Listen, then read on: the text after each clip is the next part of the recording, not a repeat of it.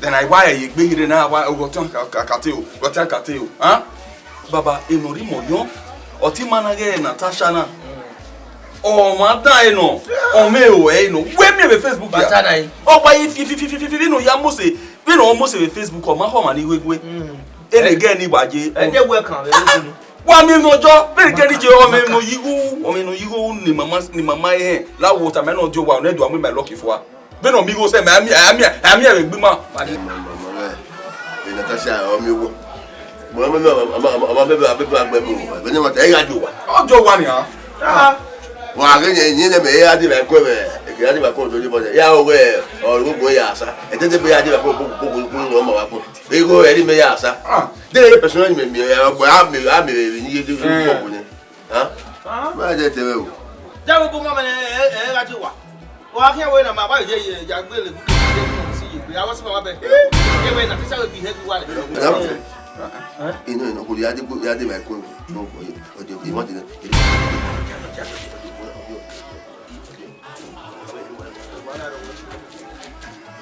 Maybe not one more time. I did it. They were giving me the same way about my fun one. If I had with my music.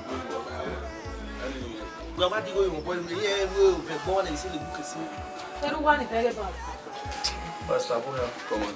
What? Everyone is very bad. Everyone. Why? No, you travel, but I want weekend. I won't ever shop on the mega bag. A green lele, a red lele, blue lele. Everyone may want fear. Wait a while to a man, but more fear. That was it. A green with what I didn't marry doing. I'm not going to agree. A red with what? Well, everyone may want fear. Babana. I will be one of my little mafia. Madame, no, you call what there on it. Come away. Why you make me away? I come away going. Any man, no, your body travel again, but I know. If you know of your causa, and you are told the heading of his year. Everyone me beg ba. Ija! Awo ha ma ya. Ero gwa. Ma wero gwa hi gbe ma ba wa. Do gbele ma wa. Ero gwa. Okay, igo mi kiri ni ra me wero. Ma ya wele bukiri ni ma di gogwe. No na feel it no kwa. No wari uri oko e. Wa ma de gumege o ni. Wa ma de gumege wa. Wele ni na do feel it no kwa. Velu kwa te ba ni wa ma ebo. Wa e fo me se no ri ba ni ru kwa bi wa. Wọ́n kọ́ tí wọ́n náà wà wọ́n ẹ̀wẹ̀ bòwò tán náà ní wọ́n ní wà kéyà rí báyìí. Ẹ mà dáa kí ẹ tó bẹ́ẹ̀ náà wẹ́ owó kì máa sámọ́ náà wẹ́ òbí àwẹ̀ àbẹ̀kẹ́ gbọ́lọ́ ẹ̀kọ́ náà bẹ̀kẹ́. Ló gbọ́lọ́ ẹ̀. Wọ́n máa kọ́ pé akọ́dọ̀ máa sí ọ̀tọ̀ ẹ̀. Dídá ẹ̀mí náà ẹ̀mí gbẹ̀gbẹ̀ ẹ̀mí náà wẹ́n ẹ̀rọ àmútọ́ ọ̀dọ́rọ̀ àmútọ́ wẹ́ tẹ̀sẹ̀ náà wà á dín wọ́n tú ma.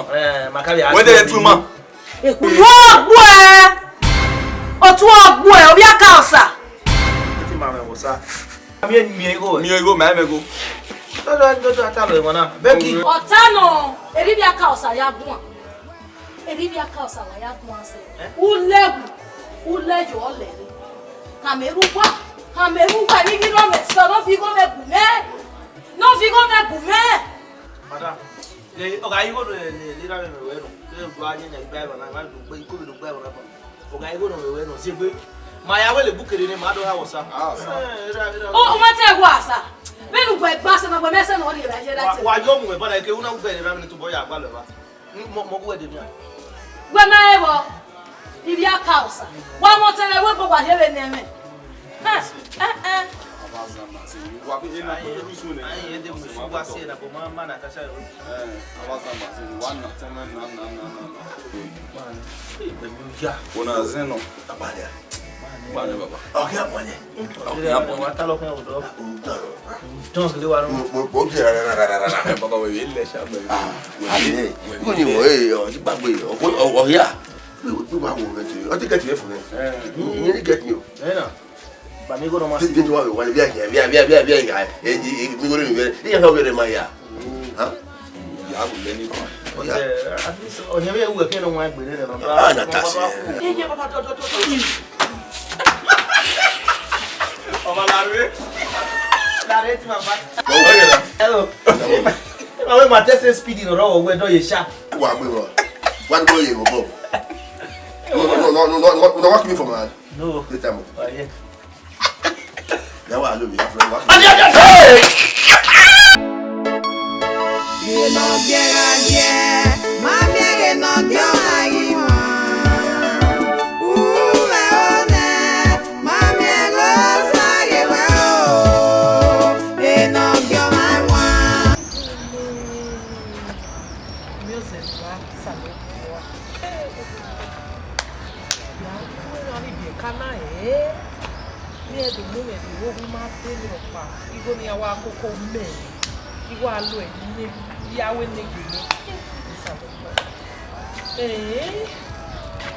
Omi o pa mo redere o ni ate mu elu.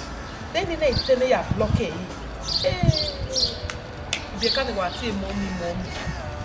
No do mo le ni mo. Ha baba.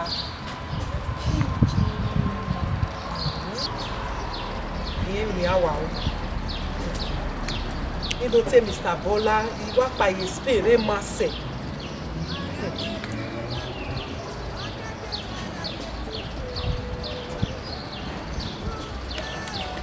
Jimmy, yeah, relocate in London.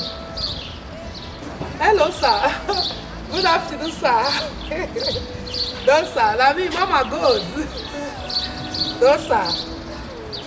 Are you okay now? You say I call you today, and they call you before now. Oh, God, you know what I tell you so. Why you they talk like that, sir? Not be safe. If I need something now, they call you. No. Okay, sir. Sir, I beg. I want to relocate. I want to come join her for UK. No, I know. You say they tell me I come out for Madrid. Me want to come out now. I don't decide. I want to come out for Spain.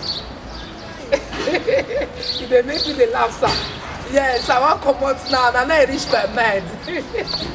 Okay, sir. I beg, sir. You help me just buy tickets. This evening, I'll go put money for your account. I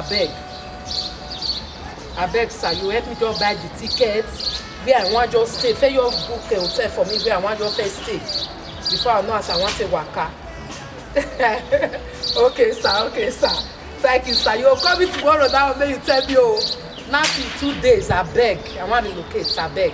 Okay, sir. Okay, sir. Thank you, sir. Bye-bye, sir. Maybe you are senior, you may be senior. You want to locate. You walk by, man, now I call you back where you did ticket in any. Yeah, buying me contact. When you are paying, is a line in Spain. All like voice me. Only no na. Yeah, you make contact in me. Thank God, me my family in Nigeria. I'm waiting. We are seeing area. I was on bike. Benin get off.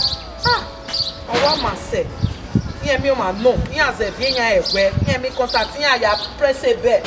Maybe no yawa or muno. A piece on no mabe me. Ah, Sir Wesley. Baba Wesley, Mr. Bola, yawa. You for this stop Ben already do it. Ah, you know what so so. Ah, oh, it's a movie.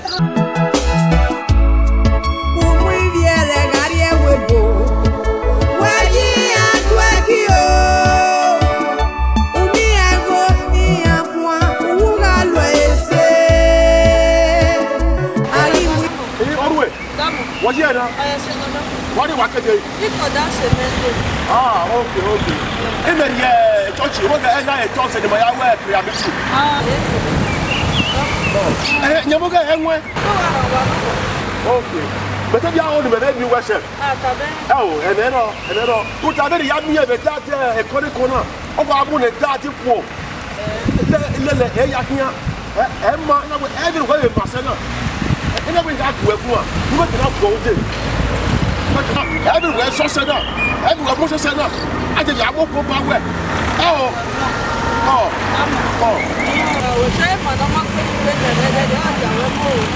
No! Always, when they told us before, far beyond that. Now, always, it cannot see one. I tell that. May go out at Tiloma. And I went to go to work. You cannot tell my goal. Oh, maybe you work at it. Eh, but what about the Yama? Eh, Yaju have a hooky road. Yaju have a hooky road. Yaji have a hooky.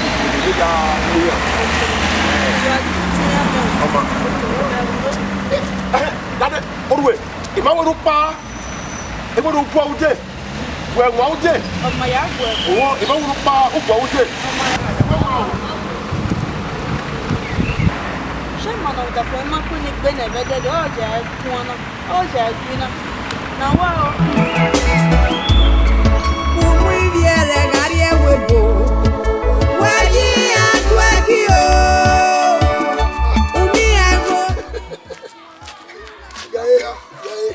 I will be. What's up, man? I tell that the other one say, you know, when you live here, baby, you're here back.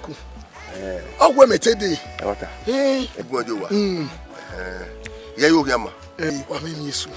No one will come.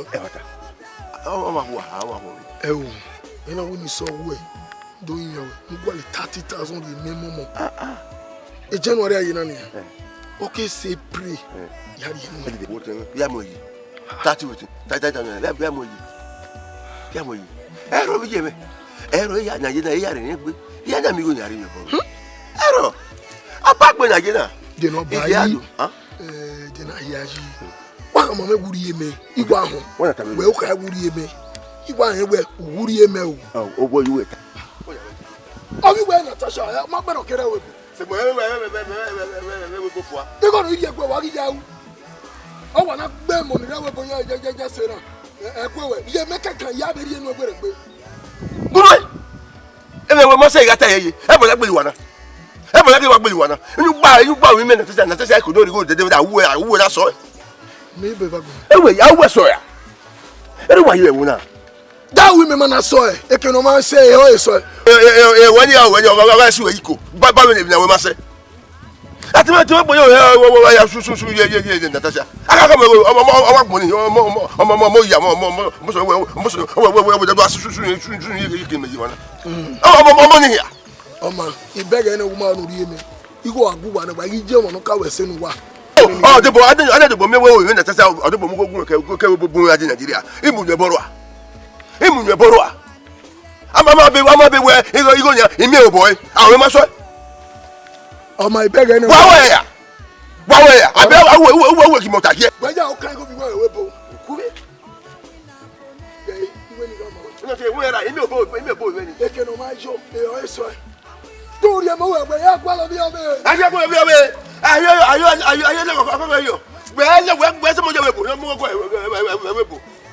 Wow, Natasha, I'm your worship. They are not a motor. I mean, motor, you wait. He bought a quick I didn't know where they are. I will one year. I walk in Natasha. Why say, why would and then Bob do something?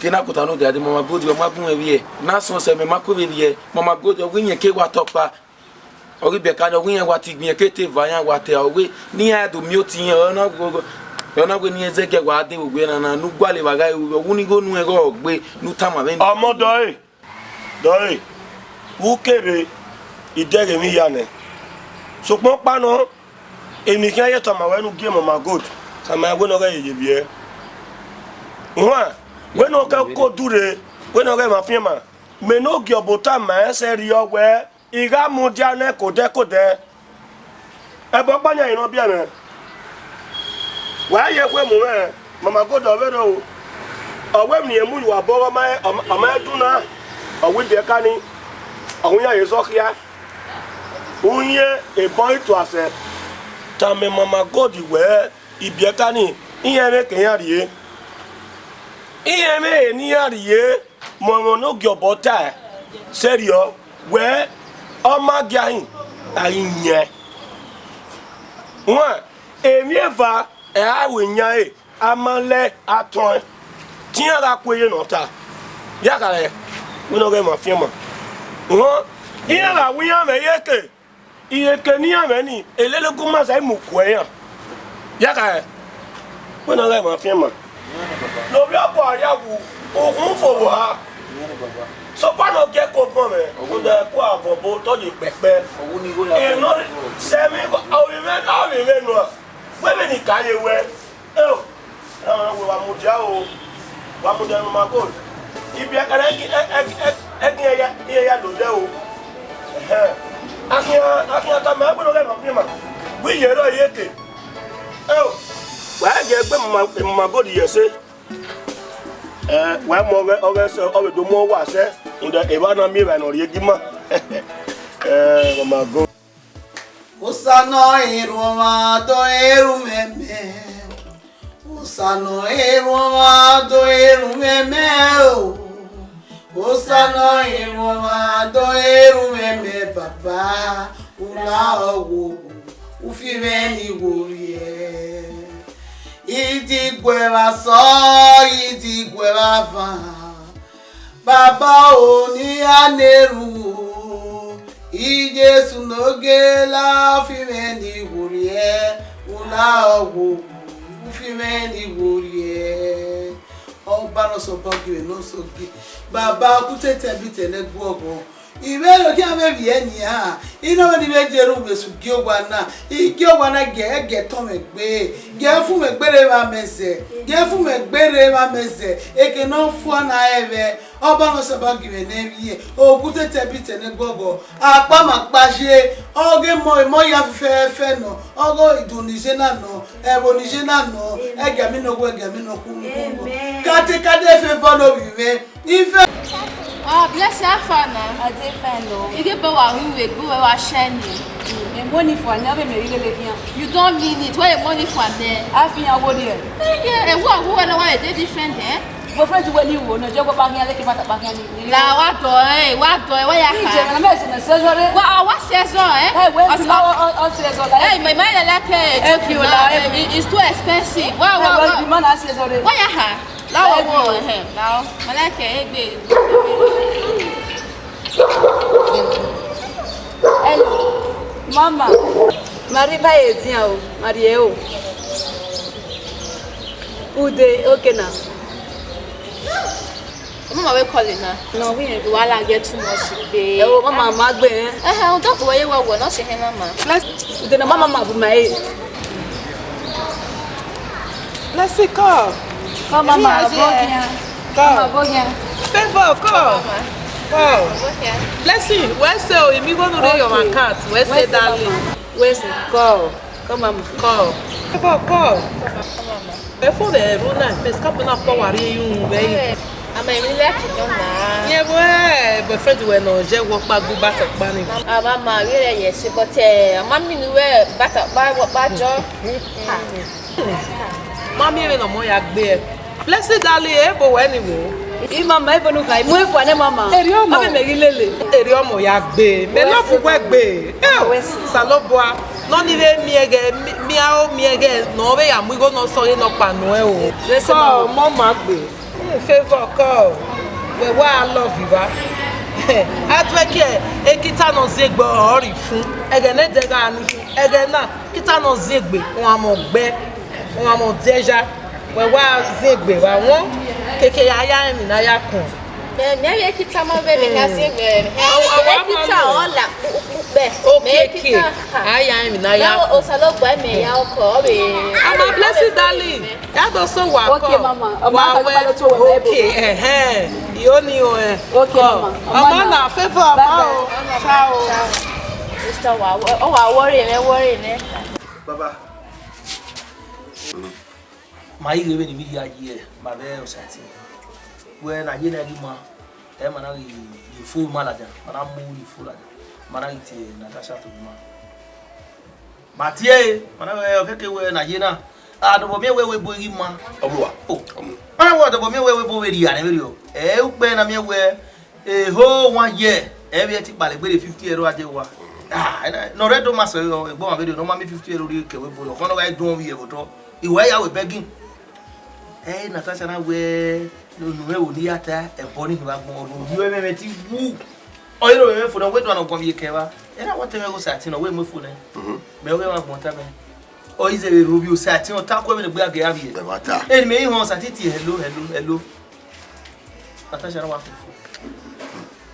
Na mo keke ni no we de wo gele bi Natasha ni atu momo e. Mo te bi. But what be Natasha? Isa gima wani. Mawabi. Oh, Baba Masho. Ni etamo ti me hirega no. Be me wa mu fun yo. Ma be gu me tell o yize wa to lo zero. Wi me. O yi wa to pe don da me se bo we dey wa mo la libia na me mi ru ya jo ai mana re. O we bo pa no wa dem we pick up viaga ri libia. O yi wa de gbe. O wa o yin obi o han o we here e ya dion e. Dien. O hani. E na we me. Bini wa agbon na wa fi fun ibe hai a big beer la Nigeria na o ga iye na bo da ko bon abi a wa beer la Nigeria mo ya receive be ko ya ye wa se ba ni o ga we gbo eti han imuye de wa fi an o yi Gbe we ni wa gbo. o yi 50 euro ke kan o wa ni re bi no mo gbese Facebook ni O ga ni le gbe. Wa se gbe. Ana ya ga se gbe. Gbe me na me wo ye gbe ya pe mo tan na.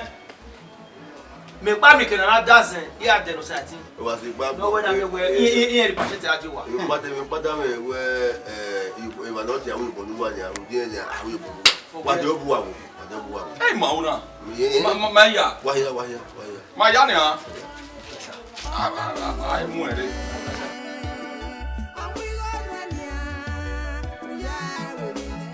Baby, what is it? You are no one broke. No one is doing for you. One year, 500. Tell it like 500. You are 500 people. Oh my, problem here. You are 800 euros. No, me tell you when. I'm going to say, you know, we live now. You know, how we live. You are like you are swear. Me tell you when. Okay, then. You are okay. What okay? At least in your house, I'm going to buy you some certificates. Now, so we are doing this. What do you mean with a bill? What's soon? Madam, if you are not so yet. Honey, what's soon? What are you doing here? Anna.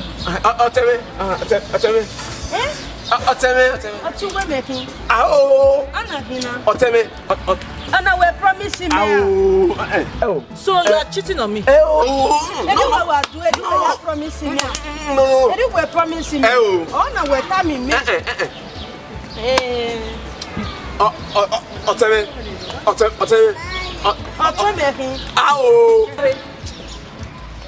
I don't know. You have to explain this. Who is this?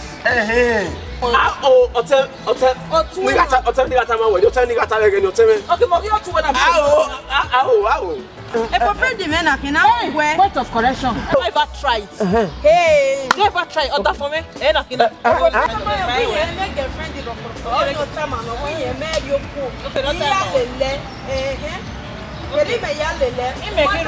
So we're packed.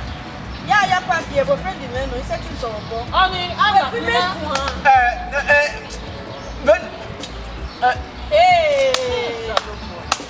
don't know, we're promising me. 800. Oh, my nonsense in a message. Yeah,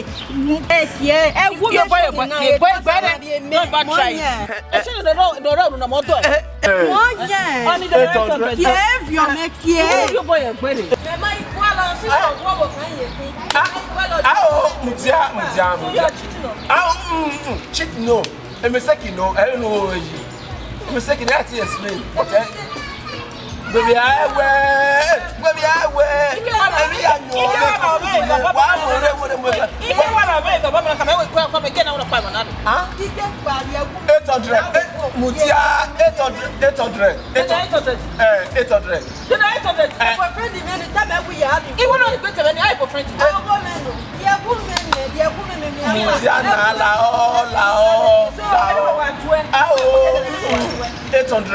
So I promise you, what promise you everywhere. Only I love you.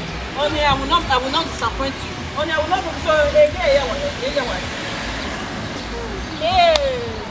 when the women in the money are begging nonsense in our talk, the women they are far. Hey, madam, I not hear me.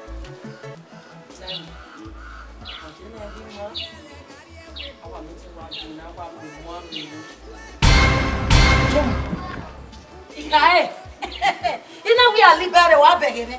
Webe lenia. Le. Ina iwa de wa ga wa ke ku yoko wa yo to ze. Ina digo meme. Yeah. E tanu bege be de bedero ni una to taye wa ku gwa ki we. U pono wa lefia. Iwe ki lo bi e me bai. Me won ki me we mi e o bi ale. E be bai. Bi jeme. O gari e. Eyin bi jeme. What? Yeah. E pari go meme. Igo. Yeah. Yeah. Uga. Eso le wa.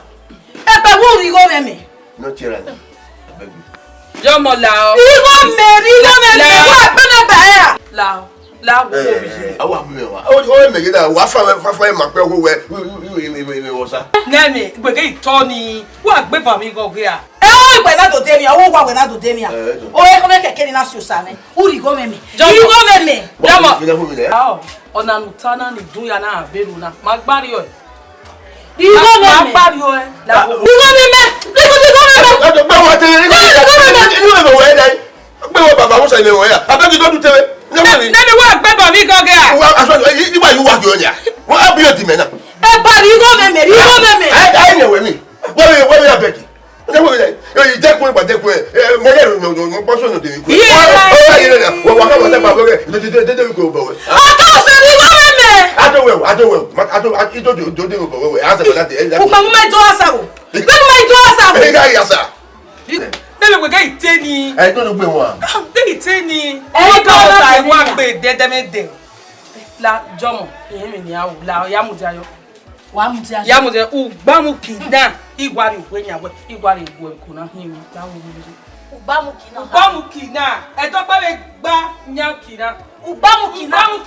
O ke pe ti yun kina gba. La gogo bi se be ya ri. Ajobo ka o edegbe. Imebe mi awe be yan na de. O gba esu pe kokoro. Wa ga do da kan we ni ya fefe fu ra efo. We be e ko no nwa no. E no nwa e. E bo kan no do ki me. Gbe ma gbe do ugwegwa. Ugwegwa kina do. Nogiomwan. Oh my, take a gear baby new Benin. Here back in your boy. In your bed, you are boy. In your bed, you are boy. In your bed, you are boy. Oh my. What? Whatever. You are. What's it? It's petty you. Okay, not it's petty you. You go me. What's it? Okay, don't don't pass here for when you let go to move one and to Yamuwa. Nay.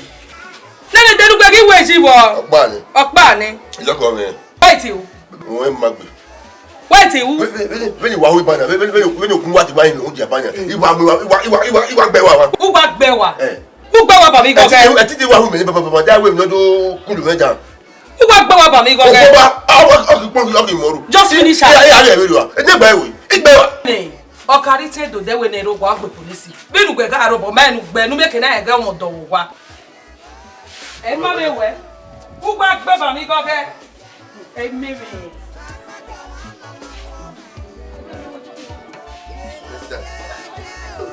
Who will know we? Na who fa boanya. Huh? If here na come in when you akuru go out of here ma. I will my coconut. No there.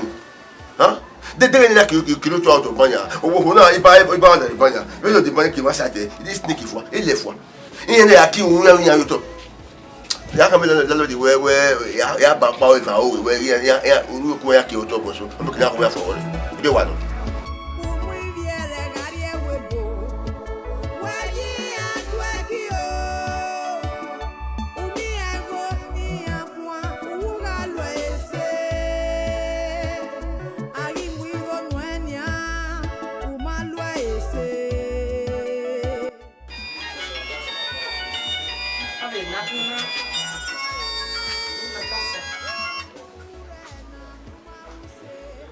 Hello? Koi Lamogu. Natasha. Koi me. Me a veje na je. Era memo. Era. Ma bo gbare ma. Je, e mama go de mu me go. Where? Ah? Mama Godi.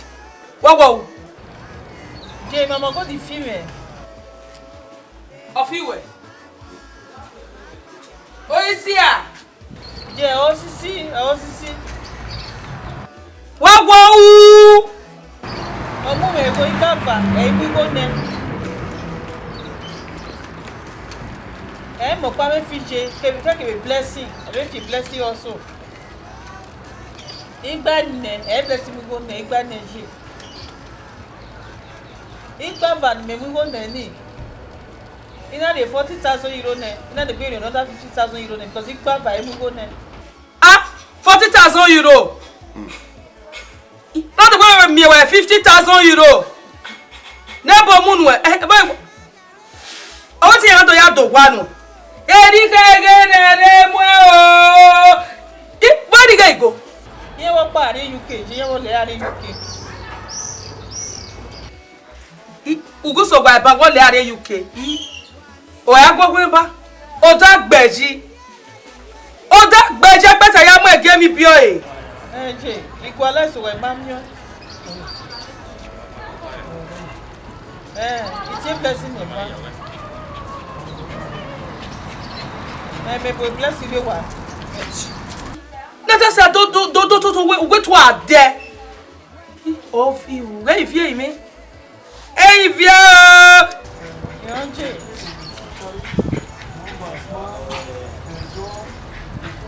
Hey,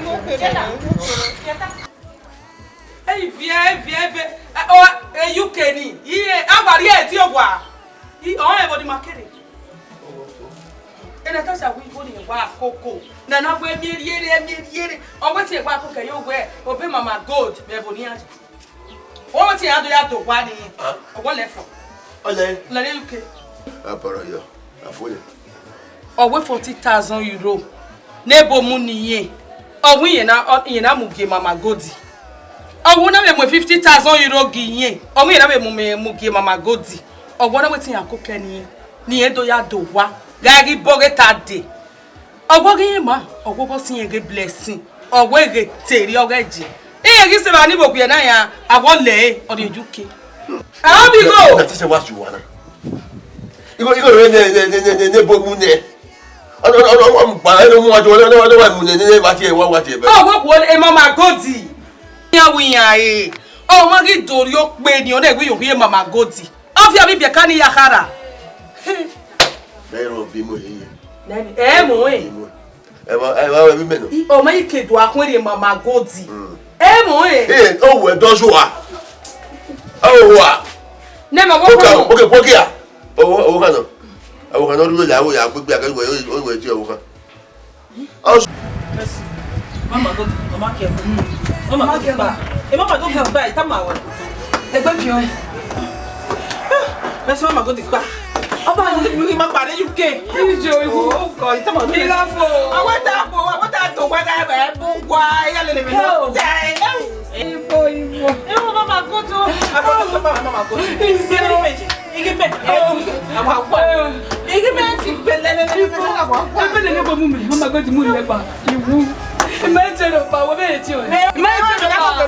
Imagine ya ifo we wa mu be. Lo pa mi na o. Egena bene. Ewu o bene o. Eye do da ifo. Ifo we wa mu be o. Wa mu be. Me para para ni go be me. Me age la ni go be me o. O ma no be camera ni go be me. Me papa bana. Me nya. Iba na so na so ma fe. Ani me pa ni kena ga pa na si ga pa. Ifo. Ifo. Mama sabe ni ho. Ni go mo ba be bi ne. Mama ba ti bu ko me pa he o. E pa be ni o. So ga pa ga. Iwo wa bu be. Iba ni. Umu viere gari e webo. Wa yi atweki o. Umi ego ni akwa. Uga lo ese. Ari mu iro nwenya. Uma lo ese.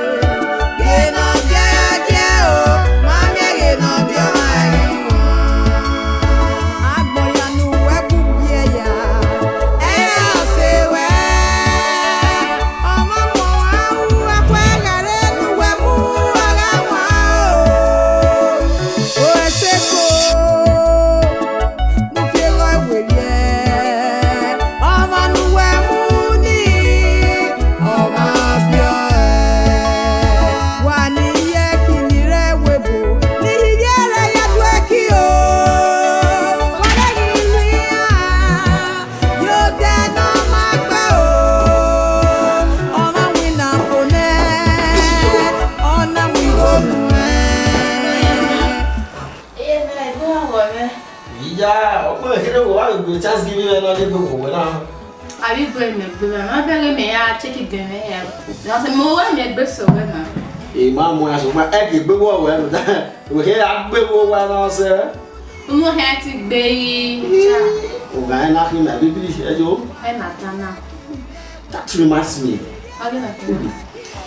Natasha be a blessing. Yesterday was our marriage. He married, and today, Thanksgiving, I married. What's so one here? Oh, India may have my way. And Natasha a blessing in my dog, my Godi, my Godi. Even here, Cocoya or since my God in the middle of Mukbari London. So, Baba, a blessing Natasha of the Kaka in a baby. Ponya change up and down. Neana, Mamma Blackie, a mare, Ponya change your hair, me, bell, nothing. Now, the devil has 20 years to pay. The Kaka, I got rid of. There you go. They gave me a I thank God. You lucky man. How are lucky say? Hey, what better way? Lucky say, lucky man. We thank God, you know. That was all over. Yeah, good boy, who is yet a woman? Well, my name is a bailey. Again, everywhere. Tell a federal no jaw back, no back by whom we will change it. Yeah, me, be a kind or from one month to another. My is a bailey. And besides that, when we are mad, that's why my woman no, but God don't change the situation. Why you understand? You understand? What give you why you are made? But we have to go again. But at the end, you will have to be here. It's not because two head jump together, things work out. You know what I say? Yeah, what why you where is you know? Yes, now where will Mama Mama making now better. I'm not your husband. Yes, now I'm happily married. But I get shower when we tell you. But anyway, I think they show no. I was saying one given, but today now here we are getting out to get they have nothing. I'm aware of friend here. So I'm happy. I'm happy with my baby. You never stand now. You know, you had jet. Let that go. I can't doing that. Don't do my way, though. Yes, ma. But where, huh? Now must stand here. Let's go. I always tell you the family are ready. Yeah, I died. I'm with that. Let's go. Yeah, I died.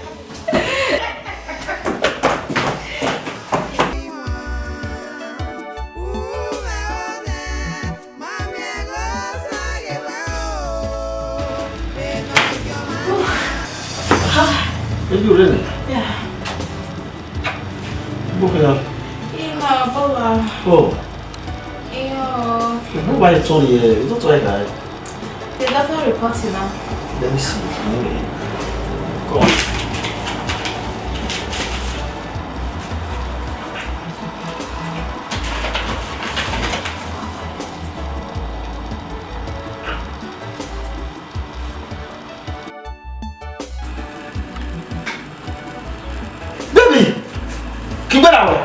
Yes, ma'am.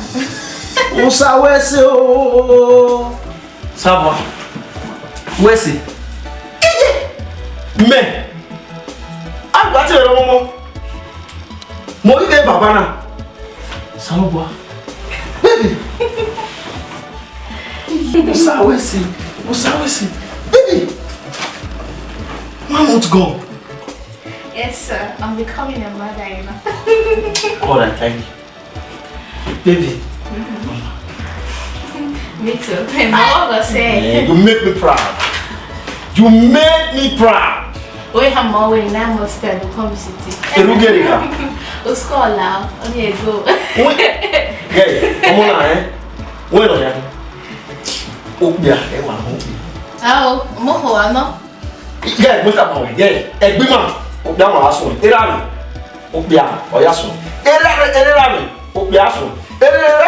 Obiaso. Era no way pia Obiaso. Abi tue fefe. Me la bisi no sin Obia. Eyaso. Onime Obia. Ewa no straight. This is change of Opo. Yeah, no. I change the Obia ewa no Obia. Mo be. No, no. Ah, o ma no bibi akin. Suma lati be ro momo. Where's your door? I remember. Mo nya ya. To make me proud. All the desire, yeah, be more desire. Oh, desire. Or what have you? Me, enemy away. Purity. Up your one. Okay, you. Up your one. Purity. don't get any more. You will not have a kuna. Eh? You don't hear a woman? Yes, so you know most of will come visit you here. Yeah. This is the result, you know. All you clean all day. I got it. You. I feel me with you. You want to get it. Momo. Yeah, we want to buy. Yeah, God, yeah, Momo. Hi, God. What's it doing, Kakabo? Hey, God. Yo, I'm so happy, you know. This call for celebration. When also? But champagne. Champagne bar. I'm going to take you out. There's 2 things. What are you calling that? There's 2 things I'm going to do for you. On Friday, I will personally take you out for shopping. Wow. When I may not be. Then Saturday, I promise you, ladies out. You and your friends. Spoil the night, everybody. I will give you my taqueta. I will give you my taqueta. Loe mo. Ya ni credit card Loe. Ma, on the night, ne? Irai. Imeni ba ma lu wetale na ko vi me. Ni makale na pa ye ko vi me se. Mo e wo. We ma ni ba ko ke pare na. Oh, I made it for me. By now, I'm going to go and look at this. The shower maternity. You don't just worry. Let me go and prepare it. I'll get it special. Yeah, when Mama may tell you. Which way I tell you? Yeah. What yeah? Which one? Oh, my own. Yeah, yeah.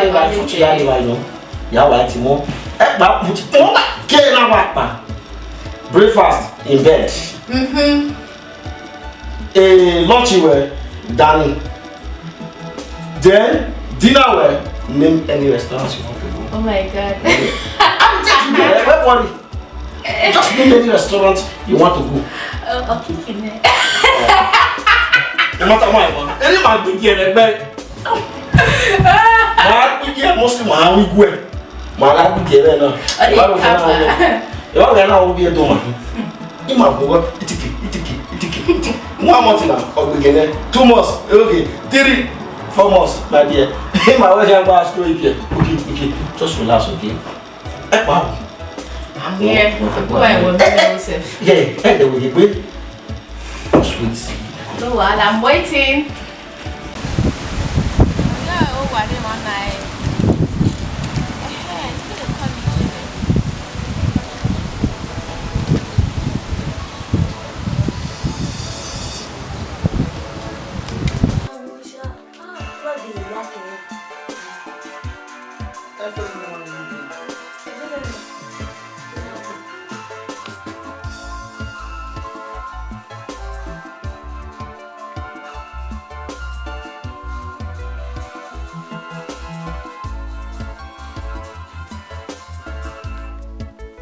Hello. What's the reality? Hello, what dear? Ma, yes. Yes, Jewo. Okay, let me my phone. Even me at it, I will make 1 time. Yeah, I'll go sister go maybe go. Time. Oh, she. You know what to.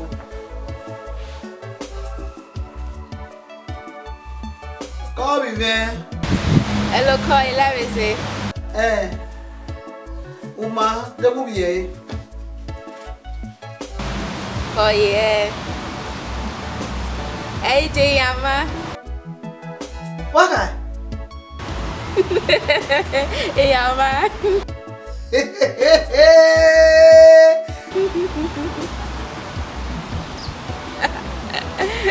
Ella. How? Who doesn't know me? My phone here. Who will Rudame? What's of food you give away?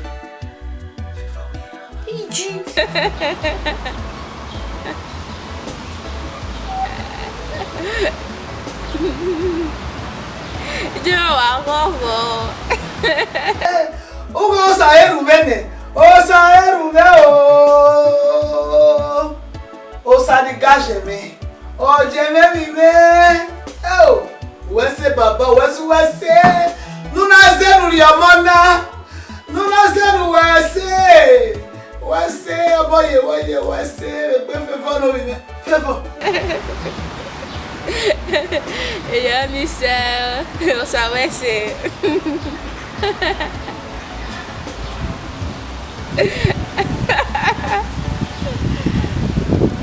Ibe igo awawo.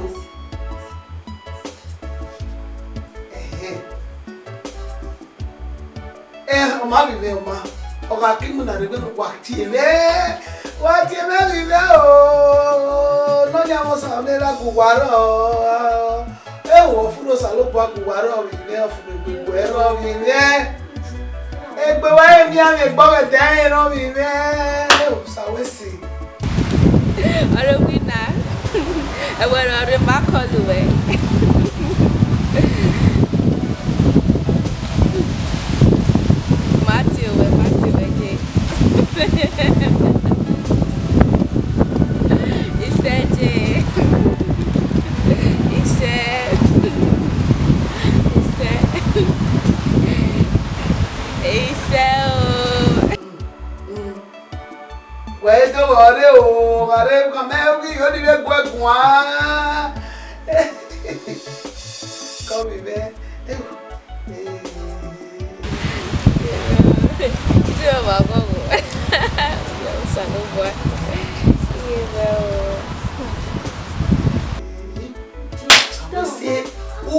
Wese baba ila zulu gagbe mena ya fese me akpo uzen wese uzen riomona uzen rigona ese pon we wese Umu viere gari ewebo waji atweki o umi ago ni apwa uga lo ese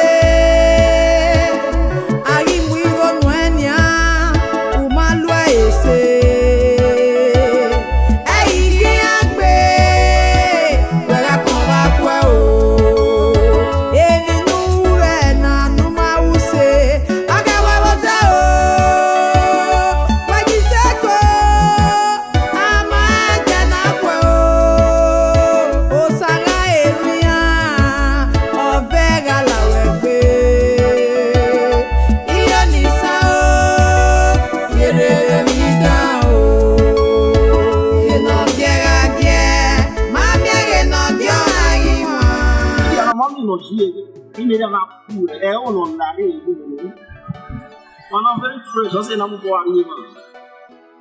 They all know that we down with small. But who are they? Man, who are they? Don't know where they pay. Yeah, we are still working. Yeah, down there. I'm not last where over. What's the do? What last do? My man, they can't narrow now. Oh, well, what's the no one? Condition blow where I go without it. The man ain't looking at. Oh, this place is really nice. I like it this year. Yeah, I said you have to go back last week. But enjoy it. Hey, we are Jerry. It's just like they call me, man. You have married, man. What's that? I'm not going to go for any Yeah, the one at you. The one who went to me.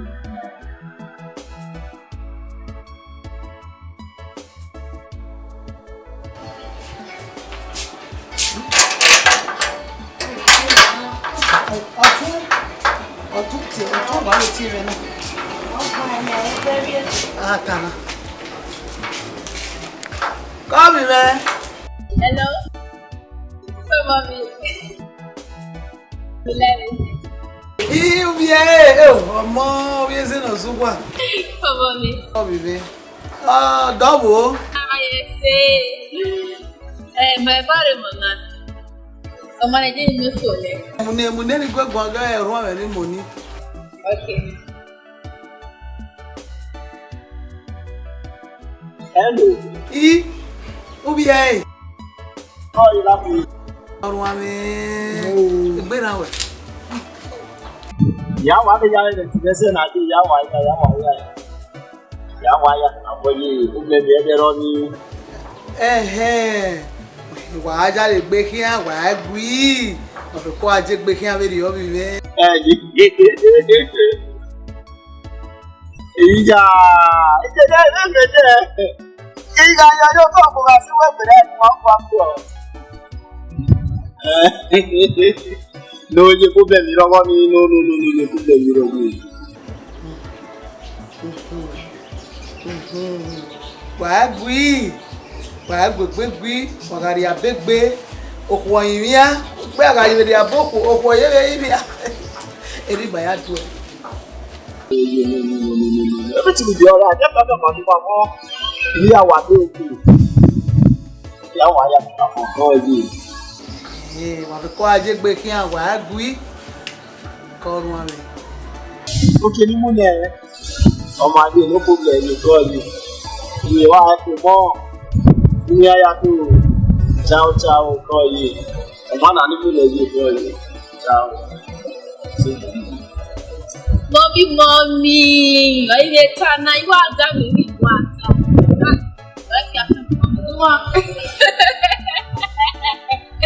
Mommy is good. Our reels will be okay. Oh, I want my move on. Oh, am I going to want trust me? What do you want? What's up, Guero? I don't want to go to my house. Here, Mama, the church. Digi be ma be pon ma en me gbe no ma. La le la won ni mo po ni Bible je mi ki wa mi amia. Mama bi be. Mama bi be wa go bi be o. Right. Love you. I think I'm generally. All right, Mama. Ciao. Bye. You're not telling me you well love you. You well here not you love you. What's in here and not you love you? I will go let you. Thank you. I know you're more. If when she's different. She's so caring, you know. Oh, poor boy, I'm making a good yourself. Every man who are here, you made. AJ was director. Oh, Martin. I choose my mommy. I choose mommy. That will be a good shot. Well, we tend to wear like fatherless, like daughter, like mother, like don't tell you a different carbon copy. I'm a fake copy. You know the story, man. Now the copy of your mama, put the copy of your papa too.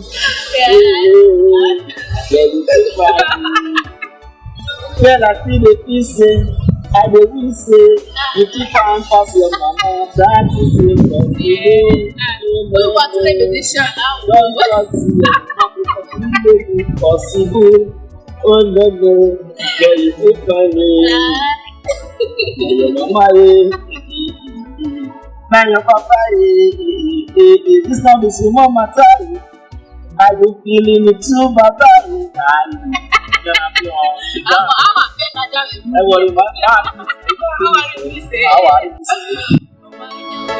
You know,